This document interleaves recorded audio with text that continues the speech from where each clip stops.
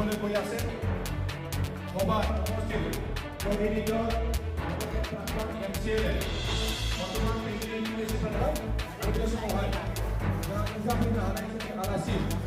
बिथांमोनखौ सिनायथि होनो थाखाय आंनि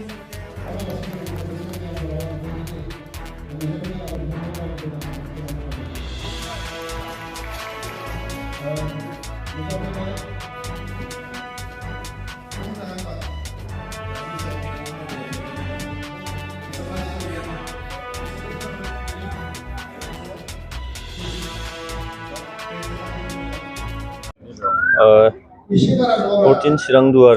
ब्लकनि सिङाव UPPL दोलोनि जोंनि बिबानगिरिफोर मावगिरिफोर जेरैहाय पेरेन्ट बडि वमेन्स आरो युथ बेजों लोगोसेयैनो जोंनि प्राइमारि कमिटि आरो बुथ लेभेल कमिटि जोंहा गासैखौबो लाजोबनानै फैबाय थानाय बिसायख'थिनि सोमोन्दै बोरैहाय साखाफारा जानो जों माबायदि खामानि मावगोन बबे लेभेलाव खामानि मावगोन बे गासैखौबो खोथाखौ बेयाव सावरायनाय जादों आरो बेनि गेजेरजों आङो बेयाव फैनानै नुजाफैदों जाहाथे जोंनि मावगिरिफ्रा गोसोआव बोलो मोनो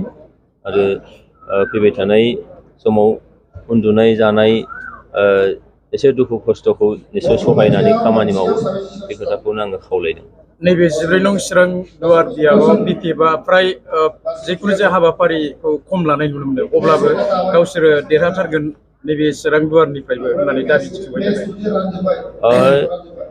बिथांमोनहा जेरावबो दाबि खालामदों खिन्थु देरहानायाथ' खुगाजों जाया देरहानाया जाहैबाय नाम्बार गेम पलिटिक्सआ नाम्बार गेम जायो जायहा जेसेबां बारा नाम्बार मोनगोन बेनो बांसिन देरहागोन दा दिनैनि थारिखआव नायबा नुगोन जे 14 चिरांदुवार बे ब्लकनि सिङाव बा चिरांदुवार समस्तिनि सिङाव दिनै UPPL हिसाबैनो बिराद मजबुतखा लोगोआव जोंहा BJP बाव दंफायो AGP हयथ' नैबे चिरांदुवाराव गैयाबो जानो हागौ दा मोननै दोलोजों ज' जुदि नायो दिनैनि थारिखआव जोङो बे 14 चिरांदुवाराव 70% बांसिन भट शेयार जों मोननो थांगासिनो दं बेयो एकदम सैथो खोथा। कास्टम बसुमतारी बिथाङा बुंनाय बायदिबा माने सारा MP जानायनि जैगथा गैया होननानै बिथाङा गले गले बुंबाय थानायखौ नुनो मोननाय जादों। कास्टम बसुमतारी बिथाङा फंबाय बियो आङो बैसोआव जोबोद उन्दै आरो बियो जोंनि नैबे बिटिआर ओनसोलनि नङा मानसिया बियो जों बयबो मिथिखागौ गलाघाटनि बिहाबाव भटआनो गैया आरो आंनि मोनथिनायाव बिथाङा खुगाखौ जेसेबां माने सालु खालाम खुगाखौ जेसेबां फानगोन बिथांनि औरैहाय न'आव न'खर सोलिनाया एसेबां जागोन आरो बे खारनावनो बिथाङा गोदान गोदान माखासे बाथ्राफोर बिथाङा बुंबाय थायो मानोना कास्टम बसुमतारीखौ फोरोंग्राया जोंसो मानोना बे एकदम गोथां अबस्थायाव दंमोन दुलाराय बर' फरायसा आफादाव दुलाराय बर' फरायसा आफादाव जोंनि जोंजों थाफानानै सोलोंनानै बिथाङा दिनै हयथ' खुगाखौ एसे सालु खालामनो हादों दा बेनि ओंथिया बे नङा जे बिथाङा गासैखौबो रोंजोबबाय राजोब्बाय ओंखायनो आंनि बुंनांगौआ बेनो जे खुगाखौ जेसेबां फाननो हादों एसेबांनो बिथांनि न'खर सोलिनाया जादों बेनि अनगायै गुबुन जेबो नङा।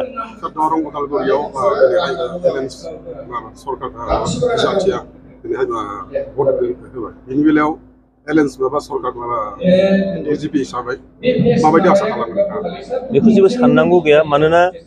मोन 14 लकसभा समस्तिनि गेजेराव आथिखालाव मोन 11 एकदम रोखा जानानै दं दा दाखालिसिमाव मोन 12 समस्तिया रोखा जानानै दङ क'क्राझारखौ लाफानानै दिनैहाय मोन 13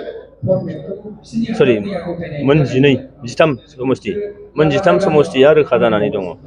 12निफ्राय दा मोनसे बारायनानै 13 समस्तिया रोखा जानानै दं आरो धुबुरीयाव 3 खनायारि बादायलायनाय जागोन AGPनि दं जोंहा आरो कंग्रेसनिफ्राय बारग' मिनिस्टार आथिखालाव MLA रफिकुल हुसैन आरो EUDIFनिफ्राय आथिखालनि MP बदरुद्दिन आजमल EUDIFनि आफादगिरि दा बे साथामनि गेजेराव मोनसे जुजिलायनाय जागोन 3 खनायारि आरो बेयाव जों आसा लादों जे AGPनि बिजाथि बिथाङा देरहालांनायनि चान्सआ 51-52% बिदि जानानै दङ बेखायनो माने समान टाक्कर जायोब्ला 51-52% जुदि जाहैयोब्लानो बे देरहागोन बे एकदम सैथो।